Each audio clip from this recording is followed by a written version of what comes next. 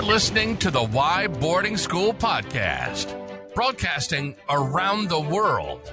Join us as we promote independent boarding schools throughout the United States and Canada with our invited guests. Now, here's your host, Dr. Jeffrey Quebec. Welcome to the Why Boarding School podcast. I'm Jeff Quebec, and today I'm joined by the Director of Admissions at Salisbury School in Salisbury, Connecticut, Bill Warder. Welcome, Bill. It's great to have you here today.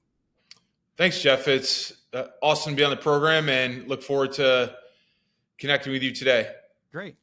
So with quite a rich history dating back to 1901, including having been an all-boys school since its founding, Salisbury certainly seems to have remained true to its mission. And Bill, perhaps you can start off by giving our audience a brief overview of the number of students at Salisbury School, grades you offer, where the students come from, etc. Awesome. And Jeff, you're right. Salisbury founded in 1901 as an all-boys boarding school. Our mission of the school is being experts in teaching boys, and we've stayed true to that mission for more than a century. This is an experience for boys from all over the world. We draw students from, currently 33 different U.S. states, 6 Canadian provinces, 25 countries, over 300 boys. And Salisbury is primarily a boarding environment. 95% of our boys live and learn on campus in a full 24-hour boarding experience. And we offer enrollment for grades 9, so a student just starting 9th grade, for us, what we call the third form, all the way up through postgraduates. And those students may enter at any point. The traditional entry point would be 9th grade, but we do have students who enter as 10th grade, as 11th grade, as 1-year 12th grade students, and certainly every year one of the options at Salisbury is to enter as a postgraduate, which I know is a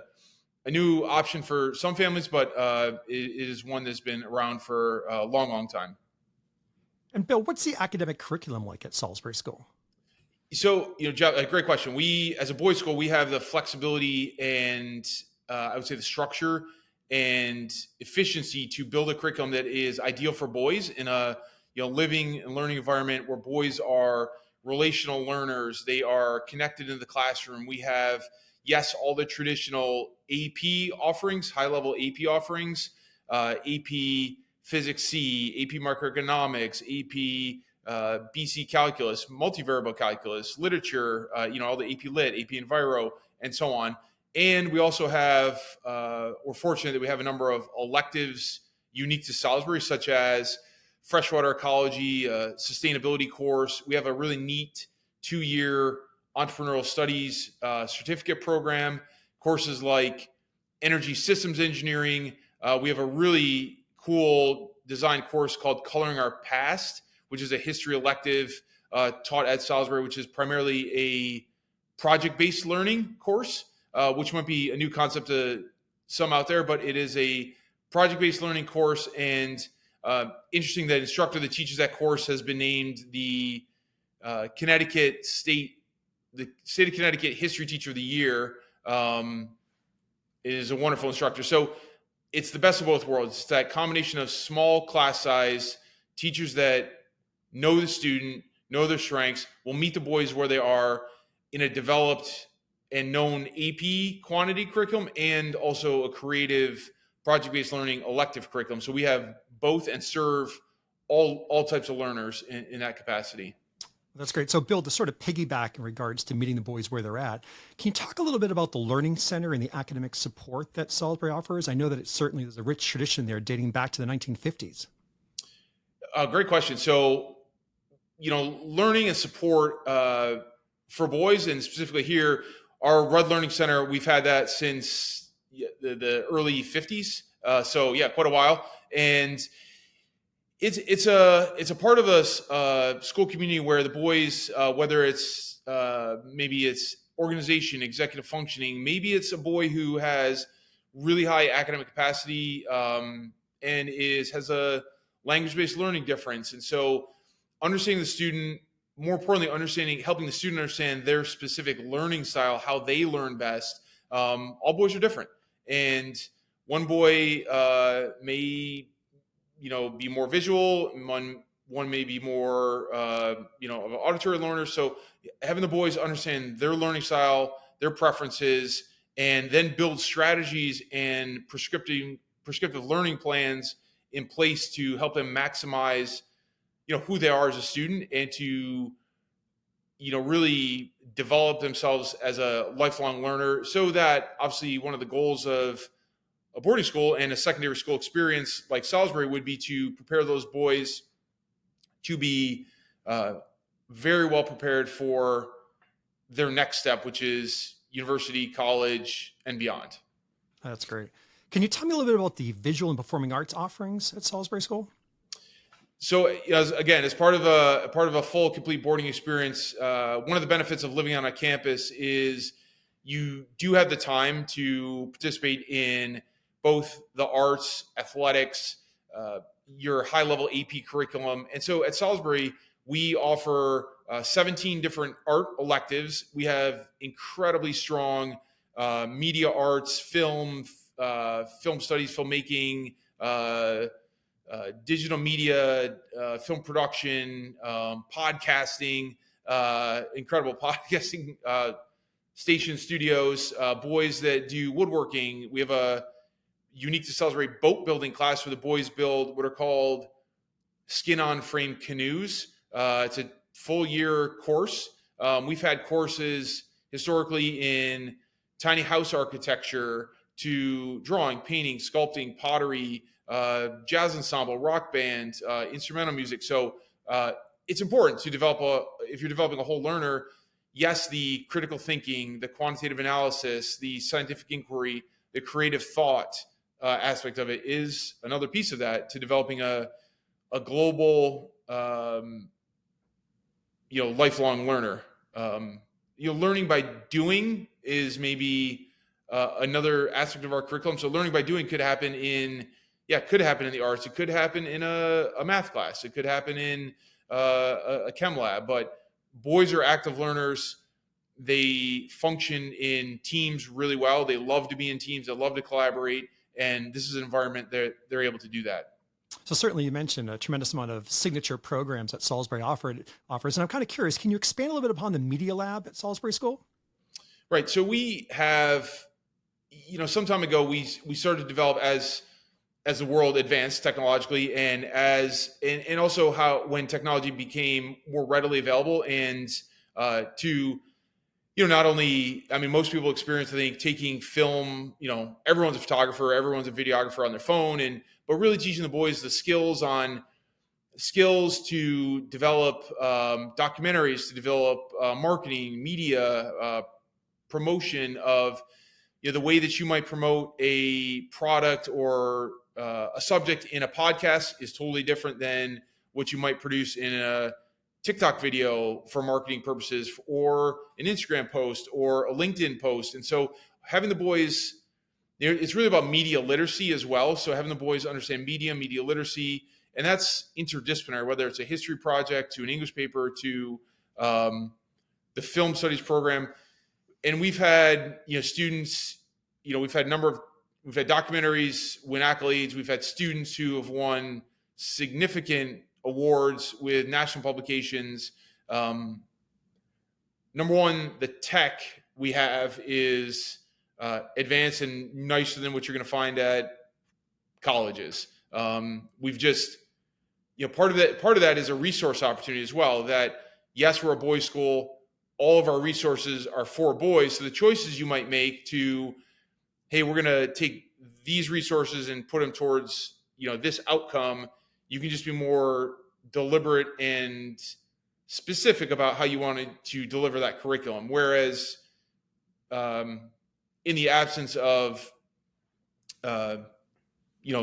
girls, or, trying to develop two different types of learners, just our choices are much more intentional, and we listen to the students. And the tech industry is one that the boys, as well as entrepreneurial studies and that business space, the boys love, robotics and live stream and tech is, as it's not a mystery that is obviously an area that the boys are, very highly engaged in.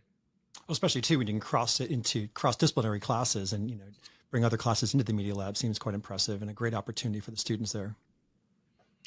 It's great. I think I'm always surprised with, and I shouldn't be anymore at the time I've been here, but it's you go into the media lab and you see, oh, what class is this? Or, oh, what are you working on? Like, oh, I'm working on a project in my English course or my history elective. And, one of the media instructors is helping them, create a documentary or video or whatever it may be in that kind of cross-disciplinary space.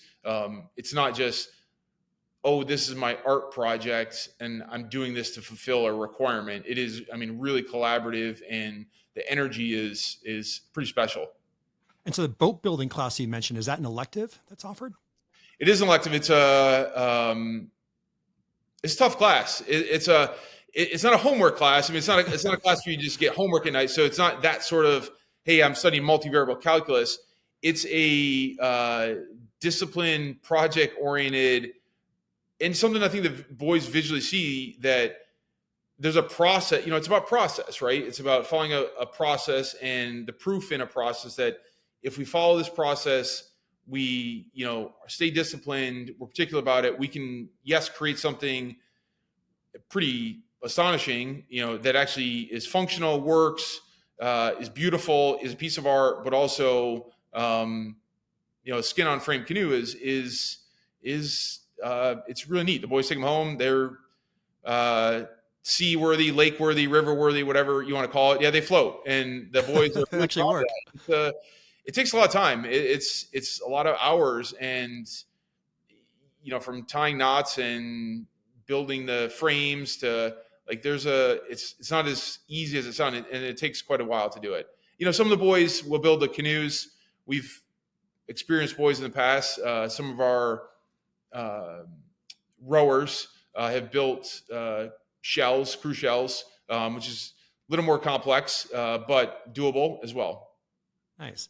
So switching to athletics, is every student required to play a sport each season? And what are, yes or no, obviously, and what are some of the athletic offerings that Salisbury has? We do ask the students to participate in a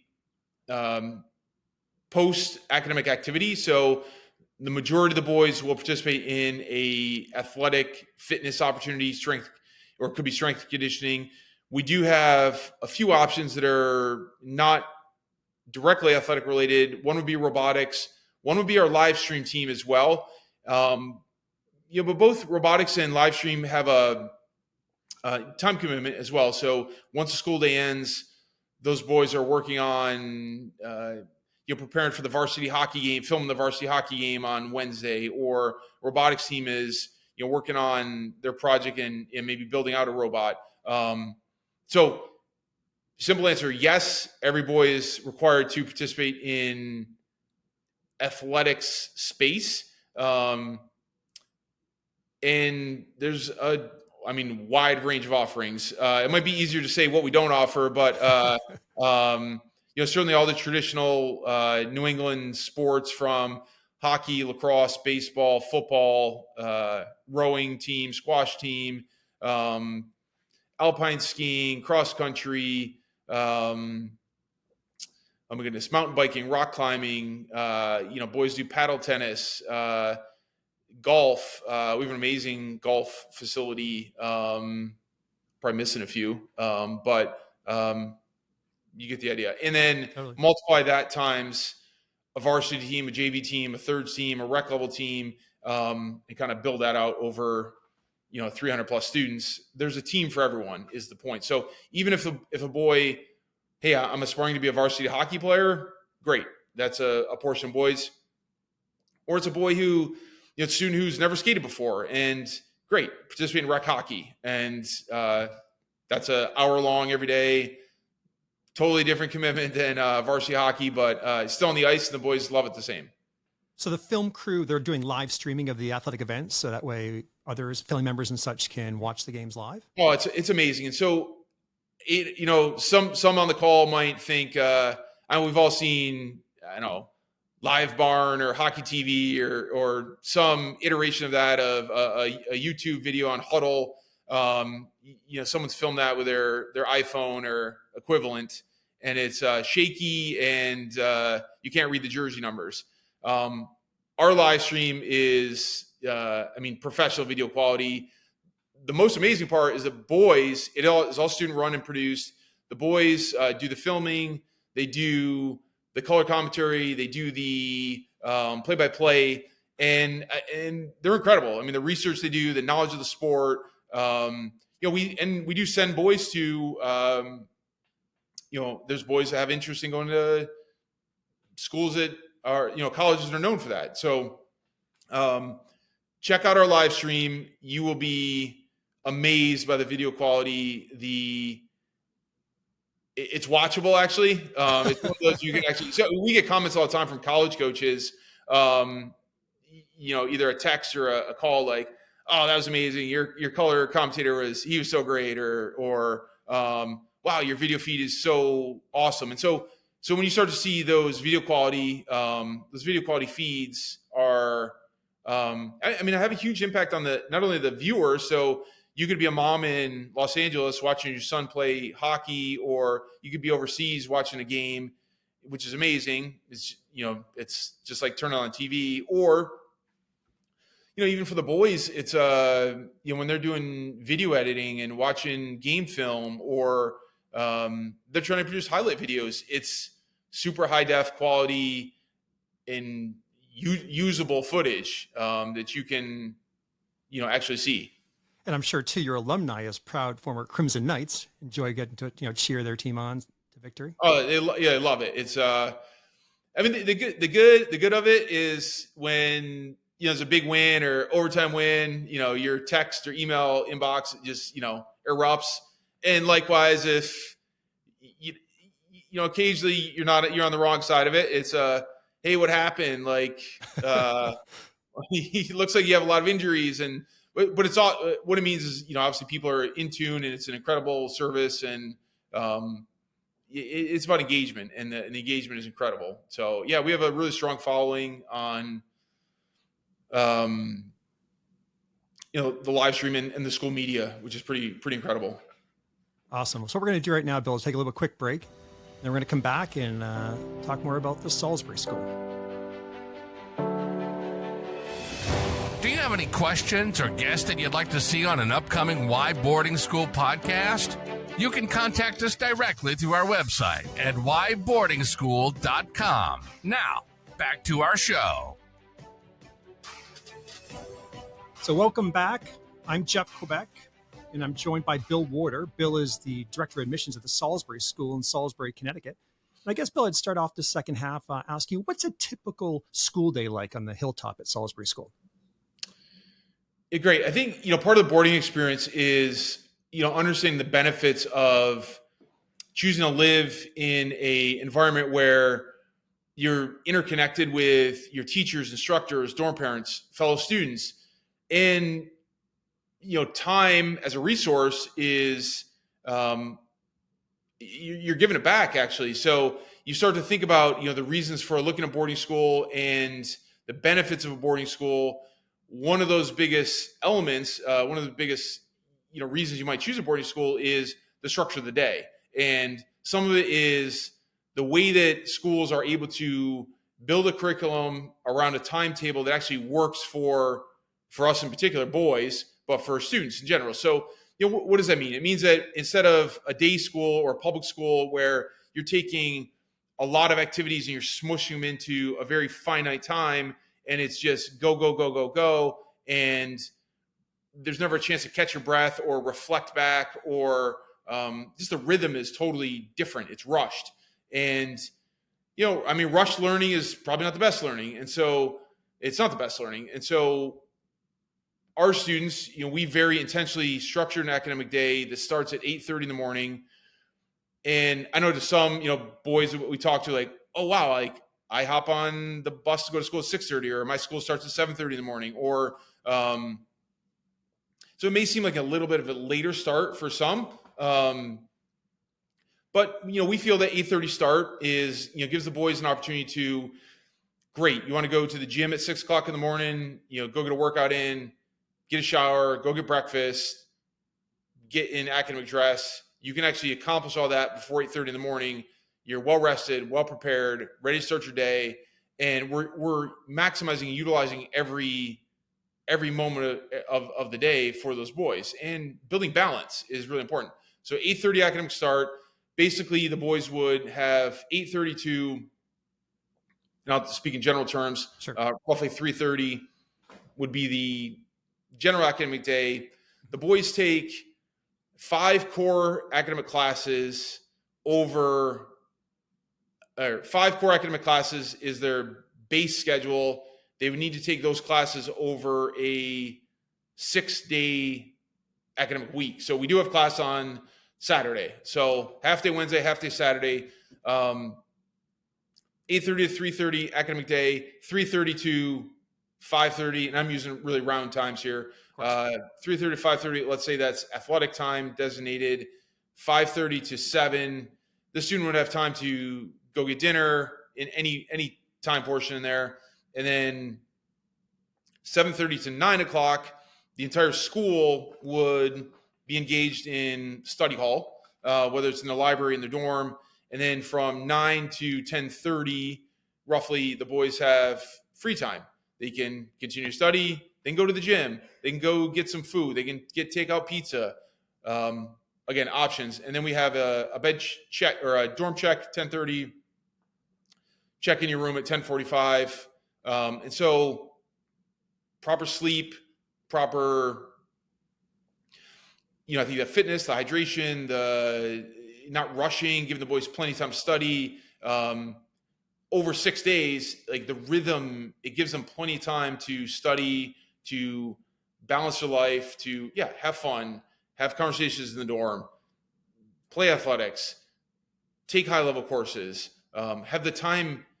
And this is where I think a place like Salisbury, with the structure of our day, where we separate ourselves out from other schools, is the space in between.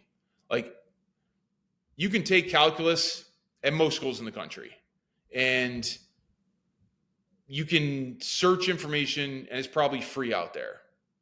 But you cannot replicate the classroom experience, the day-to-day academic experience, the fact that you're in a living and learning environment with instructors who are experts in, in our case, teaching boys, coaches experts in teaching boys as well, that are available at 7 a.m. in the morning, 10:15 at night for you. That does not happen at a boarding school or at a day school or a public school. It just can't happen. And something to think about. I was thinking about our conversation ahead of time. And I mean, in a lot of situations, even day schools or public schools, many times those teachers don't even live in district. They might have a commute as well. So like there's an opportunity lost on the teachers as well. So you think about the opportunity gained for not only the students, but also the teachers, that there's just so much more focus on the current environment, that it's like so much more growth happens, so much more coaching happens, mentoring happens, relationship building happens. And so I mentioned before, sure, you can search in, whether it's Google or search, or if TikTok's your media source, you can find anything for free. But you cannot replicate a classroom experience in a boarding school where you have a PhD from an Ivy school teaching a history course, who's also your rowing coach, who's also your dorm parent, who you also sit with in the dining hall, who the student might also have an interaction with their family, right? So just the relational aspect of a boarding school, and the intentional design of, to answer your original question, the intentional design of the day. Yes, this campus is open 24 hours a day. So it's one giant, park, right? Sure. Like educational park for boys that, hey, now it's time for sports. Now it's time for academics. Now it's time for dorm life. Hey, I'm going to catch dinner with my advisor. I'm going to see my, history teacher. oh, wow, I don't feel great about that quiz I had. I might connect with my chem instructor on my walk up from the athletic field. So that cannot be replicated anywhere in the world. There's nothing like it. And certainly a tight-knit community like Salisbury, often those relationships can also occur among faculty and staff or coaches who aren't even your faculty, or your teachers or your coaches, right? Yeah, that's the amazing together. part. The amazing part is the boys are seen. And we all live together. So, all the faculty and the benefit of, like, why do amazing faculty choose boarding schools? Because there's also the infrastructure of we're a really supportive community as well, that there's no better place if you're an incredible instructor and incredible coach, and this is an incredibly safe environment for not only our students but a family environment, and the instructors choose to model for those, for us in particular, modeling for boys. So if you're trying to teach honor and character and loyalty and time management and empathy and creativity, like, your instructor should model that as well. So it's a intentional design. I think, for example, today specifically for lunch, I was I came in the dining hall. I had a limited window of time to, just the nature of the day. I had a limited window of time to eat, probably 20 minutes or so. And I walked out and I kind of had the choice of, like, oh, great. Do I go sit with, a couple of faculty members, and a couple of the boys I coach saw me and they could kind of see me processing a little bit, and like, hey, coach, come sit with us. Like, yeah, of course. Right. Because, I travel quite a bit, and they were super interested. Like, hey, coach, tell us about your trip. Like, what's up? How was it? Oh, that's great. Like, oh, great. And, like, they deeply care as well. So it's that just doesn't happen, other places. And so I think those relationships, when did they matter?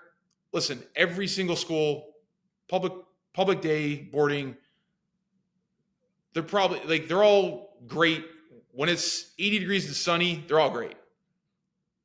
But it's when you have an overtime loss. It's when you get a C+ on an assignment. It's when it's 30 degrees and snowing outside. The dark winter nights. It's like, that's when we're at our best. That's when students need you to be the best. And that's where boarding schools in general just outperform day schools and public options. And I mean, the reality is every student almost in the world has a free option, right? They probably have a really good free option of whether you live abroad or you live in the US, you have a public option. And so the value of the experience and the opportunity to go to a boarding school to, live, learn, connect, engage, just the growth you see. It is amazing to see the growth of student, that enters a boarding school in grade 9, and someone that enters a grade 9 at a public school. Not that there's not great outcomes in public schools. I certainly went to public school, and I now work at a boarding school. Not there's not great outcomes, but I think in today's age, in an area where there's so much expectations on, men and boys, there's no better place than, I think, an all boys school to develop that, competent global leader, right? And gentleman, and someone who has the skill set, both technical skill set and just people skill set to be an incredible human in today's world. Yeah, very nice. Well said. So, Bill, you mentioned as far as on the weekends, half-day classes on Saturday. And what else takes place on the weekends? Are there trips on, off campus, activities on campus? What are some of the things that are going on? Yeah, I think that's one of the benefits of, boarding school. And each boarding school is maybe going to be a little different on, by location, the kind of the politics of the location, I guess, of where they live. Where does the boarding school actually sit? We're in Northwest Connecticut, so not, we're 2 hours outside New York City, about 2.5 from Boston. We're in a pretty rural area. We're on a mountaintop, on a lake, which is amazing. Huge point of recruitment for our students, coming from, cities with around the world, right? That are, if you're trying to navigate New York City or, Shanghai, like those are totally different environments to navigate, where this is an environment where the boys have access to, I want to go mountain bike, I want to run, I want to go fish, I want to hike. But yeah, there's also, we as a school will program, hey, let's take them to a Broadway show, let's go to an NFL game, let's take them to restaurants, let's go do barbecue, let's take them to the grocery store so they can pick up some, Gatorades, or they grill out at the lake. So making sure that the boys are given every opportunity to, great, you want to have downtime? Awesome. But give them plenty of options as well, that if they want to get off campus, they're there. That is a huge benefit of boarding school, especially ours. I would say, we are, what I know out there, in my experience, I believe we're probably one of the top, if not the top, as far as residential programming. Now, again, we're an all boys school in a pretty rural area. We are very intentional about it and put a enormous amount of effort into it. And it pays off big time for the boys, that they love it. They love the weekends from yes, you can go study. Yes, you can go shoot hockey pucks or play wall ball or go to the gym, but you can also, go to a local restaurant and experience that with, there's nothing better than, I had I'm on a duty crew as well. So, one of my duty crews recently, I took the boys to this great, wood-fired pizza shop, and I had pizza and wings and ice cream and milkshakes, and like, you just don't have those relationships at a day school, that they see me outside my role and we're sharing pizza, and you get to know the boys at a really personal level. So when those relationships need to be leveraged from hey, I need you to push a little bit harder, or hey, there's a minute left in the game, we need to execute this. There's a trust factor, and trust is everything, especially in boys. And if the boys know that you care about them and you are invested in them, they will accomplish amazing things. And that's hard to do if you don't spend the face time, the time with them. So that's why we do it. The benefit of the boys, and it's a benefit for the faculty to live and learn from, oh my goodness, what I learned from the boys is amazing. What are they reading? What are they listening to? What's the new lingo? What's up and coming that I don't know about? And it's, hey, I'm visiting this city for admissions. Oh, Mr. Warder, go to this restaurant. It's just, it's a two-way exchange. And I think that's a cool part about, boarding school environment. And that certainly goes back to all those formed relationships you spoke about earlier. Relationships are everything. It's and I think the boys, I think boarding schools in general,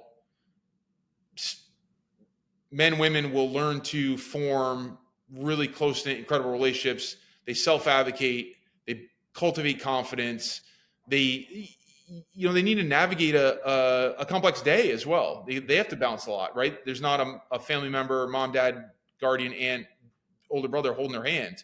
Like, they have to navigate that. So it serves them, so well. Any boarding school is going to provide this, but, Salisbury, I asked the boys, the graduates or, our seniors, how well prepared were you for the next step?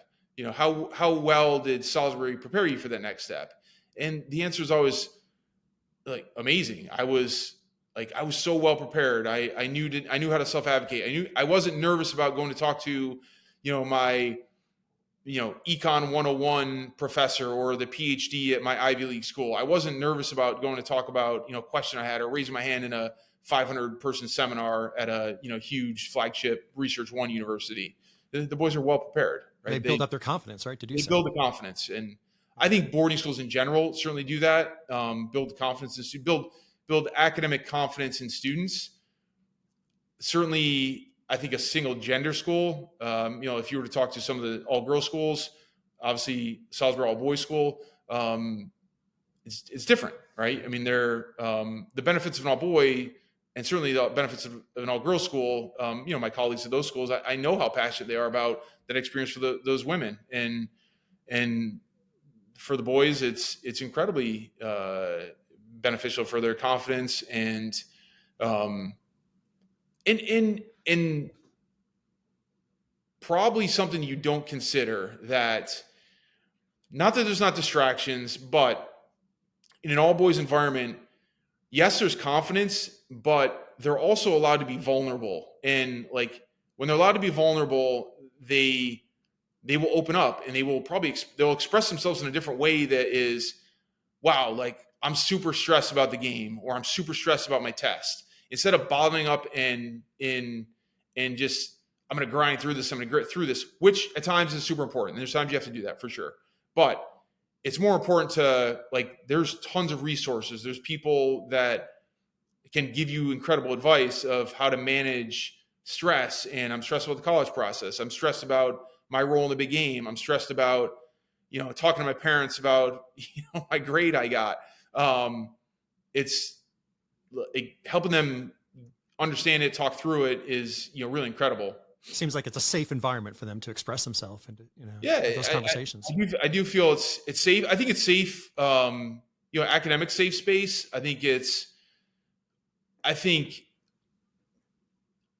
appreciate it as a coach as well, that, the student athletes will express in really healthy ways, hey coach, I don't think I played awesome. Like, what am I doing? Like, what can I do to improve this specific aspect of the game? Or, hey, how can I jump into the lineup? Or what do I need to do to earn a little more playing time? Or they're just grateful for what they have, right? So I think they're thankful, right? It's both of that, right? You see the gratefulness, thankfulness, and sincerity of, and also understanding of, like, I get it. Yeah. Coach, I totally get it. Like, I didn't play well. And my buddy next to me is out playing me, and, like, good for him. I love him. Right. And I'm proud of him. Right. So, like, they're more selfless. Right. That's great. So, Bill, tell me a little bit about the meals in the dining hall. Are they sit down? Are they served buffet? Are they required, not required? Oh, great question. Food is everything. Especially growing teenage boys. Food is an incredible community builder, binder. At Salisbury, we have, incredible dining hall, incredible food. Optionality is, I think, key. We have one sit down meal a week. It's Thursday. It's called an advisory meal. We do have a few kind of special holiday meals throughout the year, but weekly it's one sit down meal on Thursdays. Other than that, the boys have the option to come to the dining hall and eat when they choose during their time block. So dinner or breakfast, say roughly 7-8:30, lunch 11 to 1, dinner 5 to 7. The boys can, hey, I want to come at 5 o'clock because it's build your own burrito day, and, like, I'm super jazzed up about that. I'm gonna be there at 4:45. Yeah, maybe come back again too. Hey, we were staying late to practice, and I want to get a workout in and shower and come at 6:45, and that's just the way that day's going. They have that option too, right? So I think food for boys especially, giving them the options of fresh proteins, fresh carbs, every option from rice to pasta to fruits, vegetables, fresh proteins, whether it's chicken, beef, pork, any type of seafood, vegetarian, tofu, whatever it may be, just giving them, or if they have food allergies, giving them total options of choice. And every boy's going to have options of, I think what's neat here is the boys get, I'd love to film a documentary on, like, the most creative chefs in the world I've seen are in our dining hall. Like, what those boys can create on a panini press and a wok, or the toaster oven and a microwave, and like, it's super cool. Like, they'll grab like 3 ingredients and, like, throw some cheese on it and some hot sauce and like, oh, like, that's pretty cool. I didn't know you could make that. And but again, that's part of owning their experience, right? It's not just, hey, here's my plate of dinner and I'm going to eat it. Like, they know what they want. They're developing good, healthy habits. they have those choices. Do some of the ninth graders, hey, put some more green on your plate? Of course, right? But it's it's giving the guys optionality of, you can have a very strict diet, and you might have, but you want one of the boys' favorite meals is no matter what, it's a go-to. When we have it, it's one of the favorite meals the guys have, and it's so simplistic. It's like a Chick-fil-A replica, Okay. and with all the toppings, and the boys can build their own kind of sandwiches. Chick-fil-A, or it's a chicken sandwich. It's not Sure. it's not too sophisticated, but But it tastes good, right? they put a million toppings on it, and it's just the options, right? And whether you want to put it in a bun, you want to eat it on your own, you want to put it on pasta, you want to put in a panini wrap. The boys love that. It's all about the sauces. Yeah, so Awesome. sauces and dressings. So, Nice. So our food is exceptional. Yeah. So it's it That's matters. important. But more importantly, it matters because if you were to walk in the dining hall and you walk in the dining hall and you see, the tables hold 6, 7, 8 chairs at the dining hall at a table. They're circular tables. Mm-hmm. And okay, great. You walk in there, no students are in there yet. It's all neat and orderly. And you walk in there mid-meal and you'll see 15 guys crammed around one table. It becomes a really social binding piece of the school.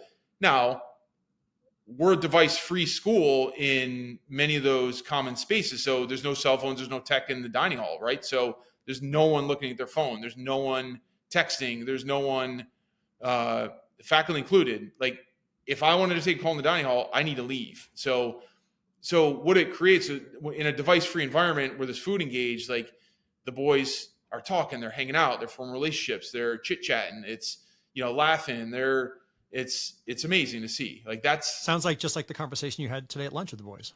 it was awesome. Yeah. It was energizing to me. It was good to be back, but it's also, they were genuinely curious. Hey, tell us about, and it's good to reconnect with them because I haven't seen them in a couple weeks, and Nice. It's good to just reconnect. That's good. How about dorm life? What's dorm life like at Salisbury School? Yeah, so we have a lot of options. So the ninth grade boys will live in one dorm together. We have a prefect system, so grade 10 through postgraduates kind of mix in a number of different rooms, residential halls, singles, doubles. We have a few triples, which are highly sought after because they're gigantic rooms and really nice. But yeah, you could have singles, doubles, a triple, multiple different building options. We do have a prefect system and a dorm parent system. So each dorm house will have 5 to 6 faculty assigned to that house as dorm parents. And then each floor is going to have what's called a prefect, so a student leader elected by the dorm to help with dorm check-in or socialization in the dorm of, hey, I'm having trouble sleeping, or, my roommate and I aren't getting along. The prefects are there as a first line of just I think sometimes a ninth grade student might, connect with an 11th grade a little sooner. Like, hey, I'm just not getting along with my roommate. Like, what do I do? Like, oh, hey, have you tried this or you tried that? Or, hey, I'll talk to the dean's office, or, help facilitate that process as well. They're great, incredible student leaders because they've lived that experience as well. Well, so that's a great leadership opportunity for them too. Yeah, giving them confidence of, hey, it's going to be all right. Like, I felt the same way, 3 years ago. I was super homesick. Like, it's going to be okay. Right. And how about the advisor system? Is there an advisor system in there? Is it done by grade, by dorm? Yeah. So every student is given an advisor who would ideally be with them for 4 years. Each advisory has roughly 5 to 6 boys in it. So pretty tight knit. Yeah. Nice. Would you say, Bill, there's a typical Salisbury School student? I would say we probably attract students that are just motivated to be in this environment. I wouldn't say there's one, key driver. It could be, wow, I'm motivated to be in an environment where I'm going to be known, I'm going to be connected, I'm going to be engaged, I have multiple options. Like, it's the motivation to be here is probably the common thread of, students do a ton of research. Honestly, there's, one of the interesting stats we look at is how many students only apply to Salisbury. And I'm just amazed at, like, wow, like, we enrolled, over half our class, they only apply to us, right? And a little more usually, but and then there's students like, wow, I only apply to you and one other school. And those, schools might be really similar. So there's a self-selection to it as well that I think students, they visit, they get to know us, and they like go, I'm all in. Students are motivated. They want to be, and not meaning motivation like, wow, I'm motivated, I need to be an Olympian. It's wow, I'm just motivated I want to be part of that place. Like, I want to be part of something bigger than myself. I want to be part of a community that has some shared expectations, shared goals, shared community values of a culture of respect and building character and honor and loyalty. And I want to be part of that. Like, raise their hand, because maybe there's an absence of, they don't have that now, or they do have it and they want something just different. I couldn't tell you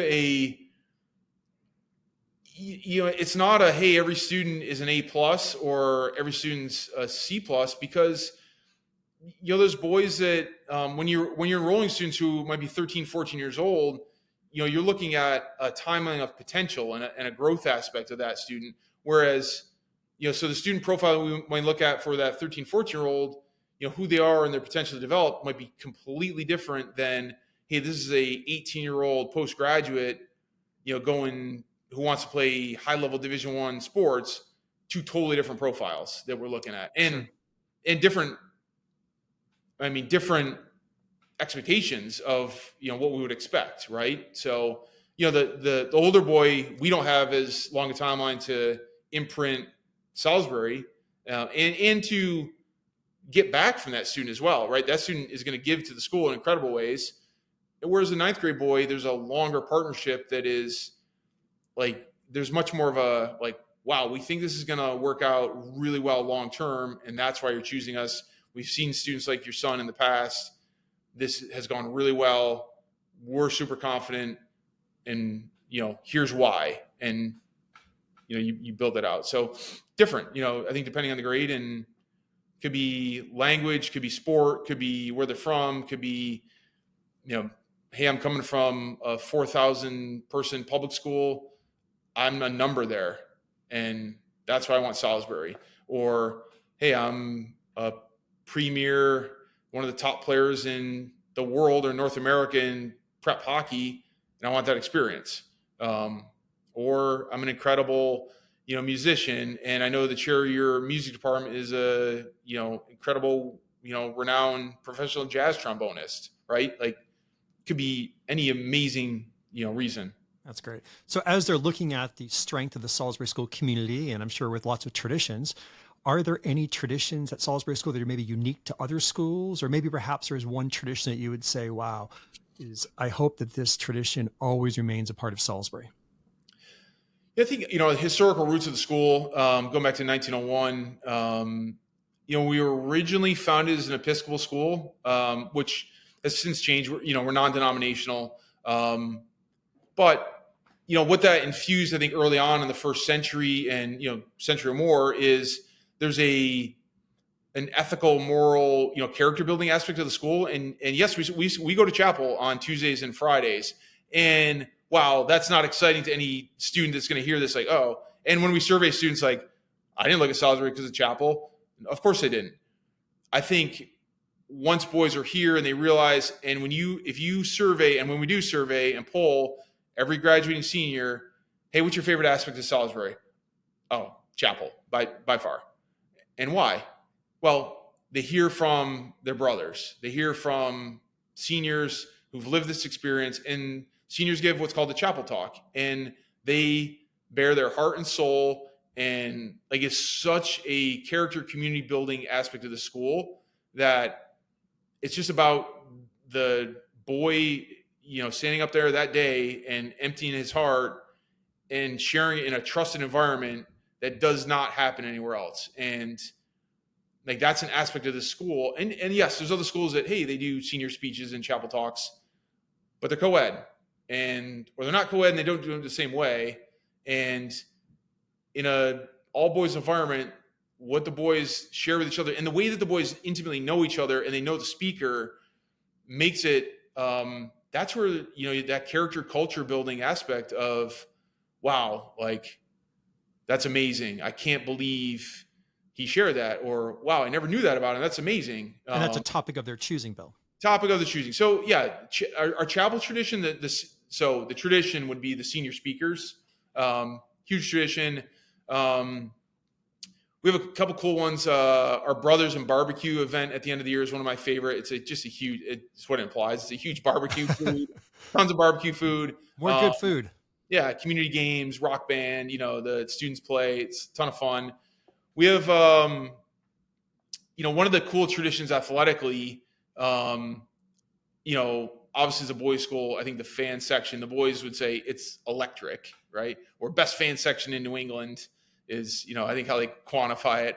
The enthusiasm for supporting each other is, whether it's in chapel or a hockey game, or I think one of the coolest traditions is if you were to go down to a varsity football game or varsity lacrosse, which plays on the same field, on any big games or night games, if you go down to the field, and our field is set up on a mountaintop. And so, for football night game, you'll see, hey, the food truck's down there. All the fans are down there. The visiting fans are down there. The parents are all down there. There's a ton of, vibe going on. And you like look around, and like, if you've never been to Salisbury before, you're like, where are all the students? Like, where are they? And there's a cool tradition. They meet on what's called the senior steps. And so they'll all meet on the senior steps, say 15 minutes before the game. So the stands are empty. And they'll walk from the senior steps down to the football field, and it's hidden. So like visiting teams or opponents have no idea this is going to happen unless they played here before, and walk from the senior steps down to by the field is this faculty residence, a row of faculty residences that kind of shields them. And you'll see like one or two boys walk out, and they're always face painted or body painted or hockey jerseys, or it's a, red out, black out, white out, whatever it might be, some theme. And they have this huge like marching band drum and a gigantic Salisbury flag. And you'll see two boys walk out, and they'll get maybe 50 yards out. And like, it turns your attention, like, what's going on? And you just hear this drum beat, and it just gets, a little louder, a little faster. And all of a sudden, like right before kickoff, right before face-off, the entire school empties in a dead sprint down to the field. And it has, I've seen it deflate other teams. I was going to say intimidating, right? For the opposition. It is incredibly it's a shock value. Like what just happened? Like I didn't realize. And the boys are just, the students are going like super supportive of their brothers, their teammates, and, going crazy. And it's just like, yes, it's a huge, it amps up the boys on the field. It's for opponents. I've seen opponents like just like, it's like going to NFL. It's home field advantage at NFL stadium, right? You're there, and like, that's great. It's like the shock value. It's super cool, and yeah. Do we win every game? No, not at all.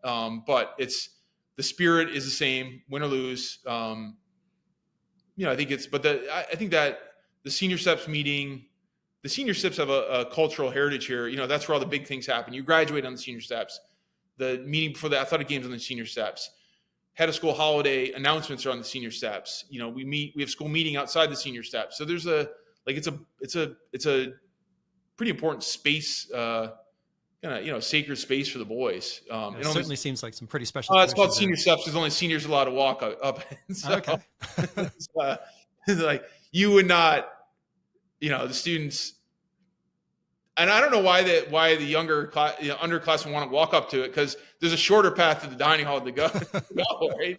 So it's a longer walk to the dining hall to go up the senior steps. So, but seniors go. And it's the honor. It's the honor, yeah. But it's, cool tradition. And yeah, I think the support, what do all those have in common? The student-to-student support, peer-to-peer support, regardless of if it's a jazz ensemble, production, a football game, a chapel talk. Like, the boys deeply, deeply care about each other, right? It's just uncommon. And I was in the college admissions world for nearly 20 years, and having the benefit of traveling to a lot of amazing schools. And you look at, it's just uncommon, the way that the boys treat each other, right? It's not in today's world and today's environment where there's a lot of, Instagram selfies and me mentality and, NIL money and transfer portals. It's we're a place that's maybe a little different than that, right? Interesting. Especially as the landscape has changed, right? It sounds like Salisbury's really remained true to themselves.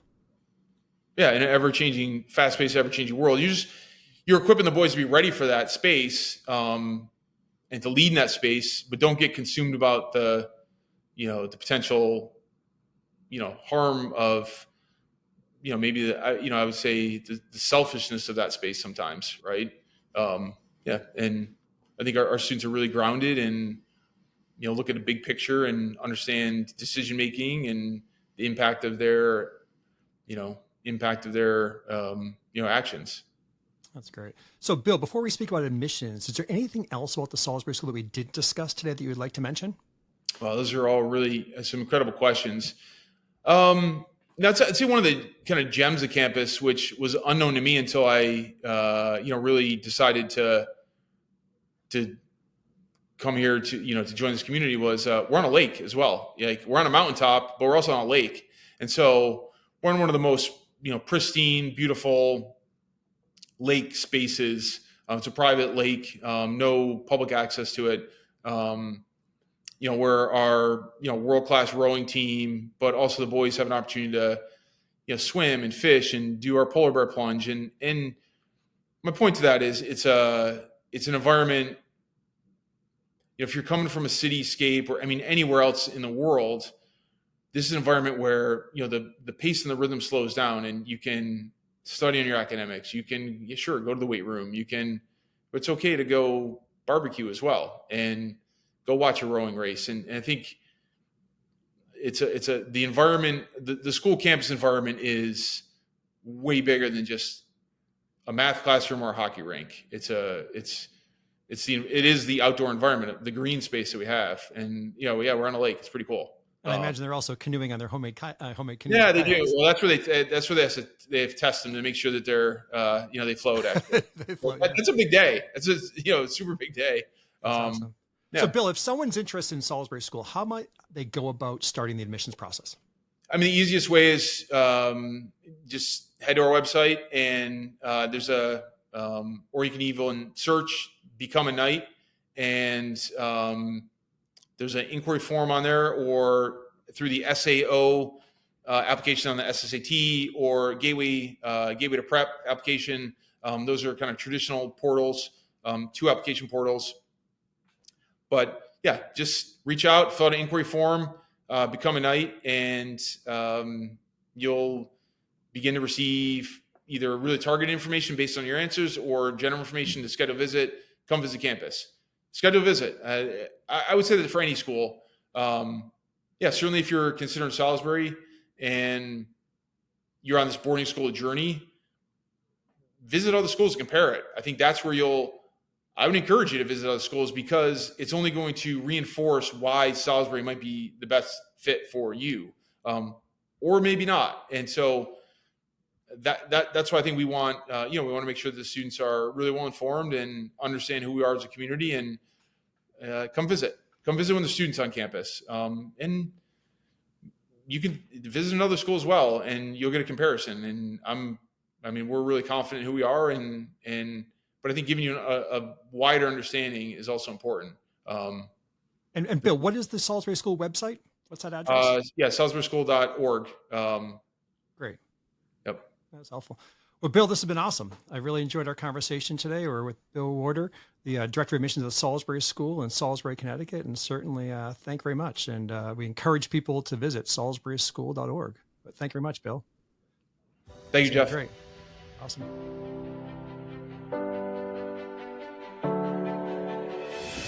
Thank you for listening to the Why Boarding School podcast. We look forward to you joining us for our next episode. Please remember to subscribe to the Why Boarding School podcast and help us spread the word. Until next time.